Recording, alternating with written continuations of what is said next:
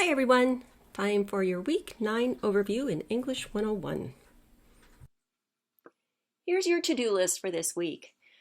Start off with a perusal article called Annoying Ways People Use Sources. So it's kind of a humorous, sort of tongue-in-cheek approach to not just citing your sources, but how do you integrate those sources into your paper in a way that flows seamlessly, it doesn't disrupt the flow of information, but at the same time does a really good job of making sure your readers understand where these sources came from.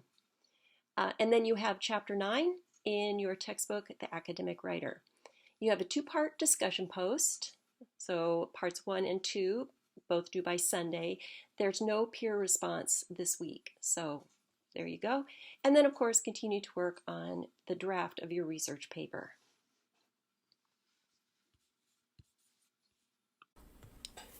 This textbook is devoted to three main ideas: invention, planning, and drafting.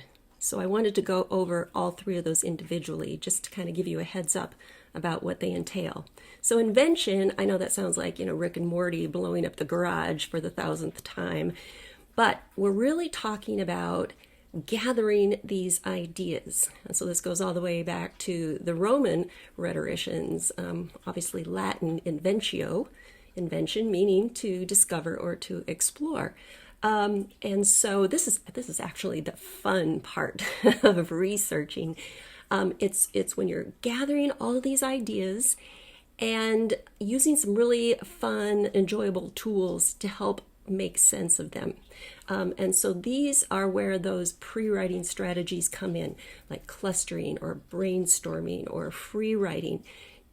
Now, even though those look like, I don't know, maybe something that you did, in middle school or high school, trust me, these are tools that you will use the rest of your life. So find the one that really fits with you, whether you're a more visual learner or whether you're what's called a kinesthetic learner, where you like to move things around, pick things up, put them down.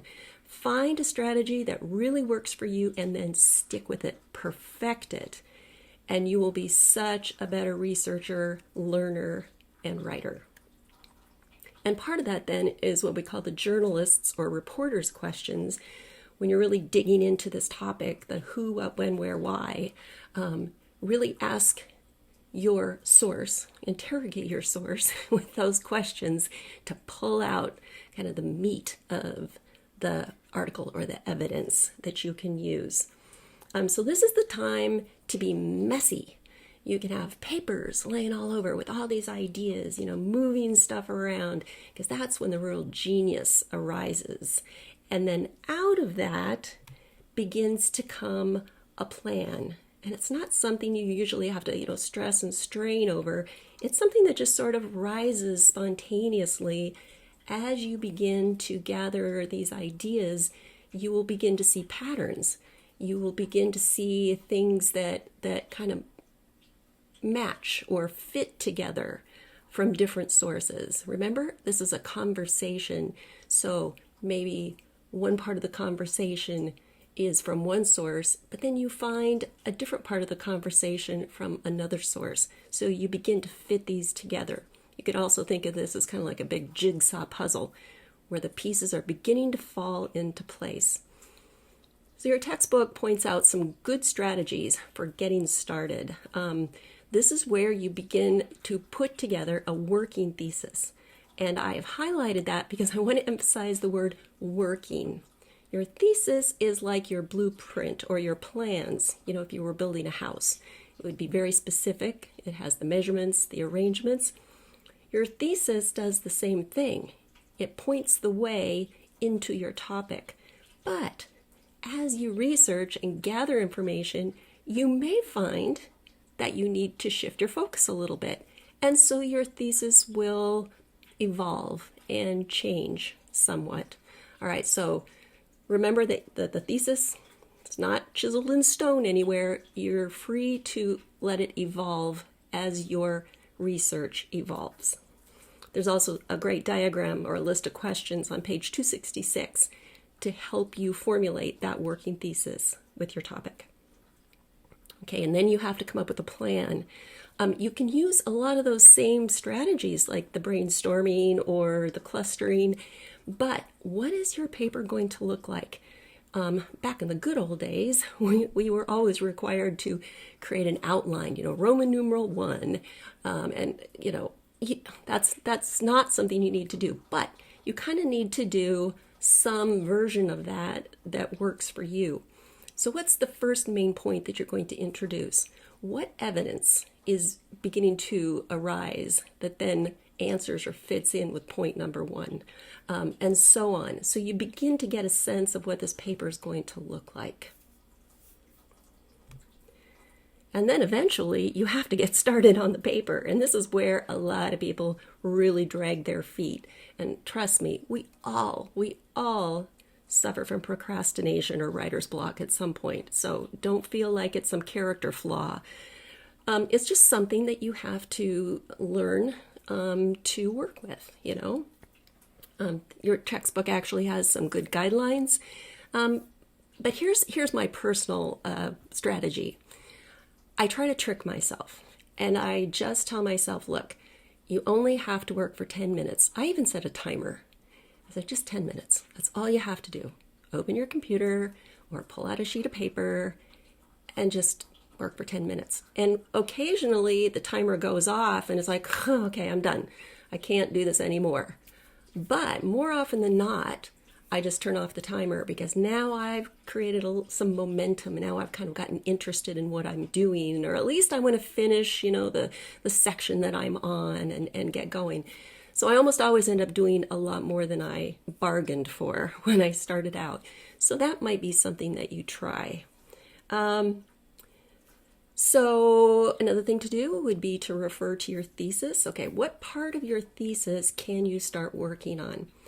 You begin to see that this is why I really urged you to find a topic that you're personally interested in, so that your interest, your curiosity can kind of propel you throughout this whole process.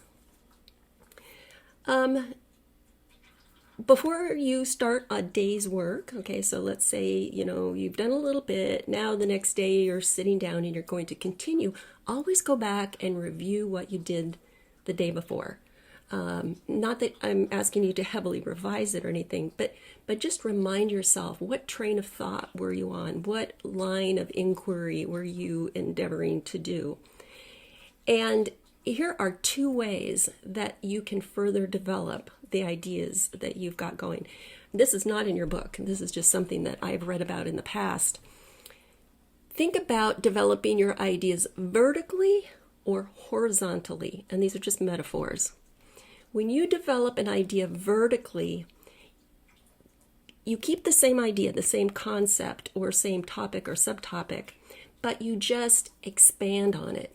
Okay, you add more detail, you maybe find more evidence to support that particular topic, right? Okay, vertical development. Horizontal development means to actually add more topics, more subtopics, to expand sort of the breadth of your argument.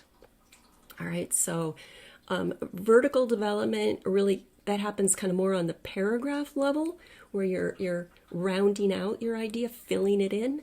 The horizontal development happens more on the scale of a whole section or an entire paper, where you may need to add another perspective or another voice or another source into this conversation to really, like I say, kind of round it out. So just keep those in the back of your mind.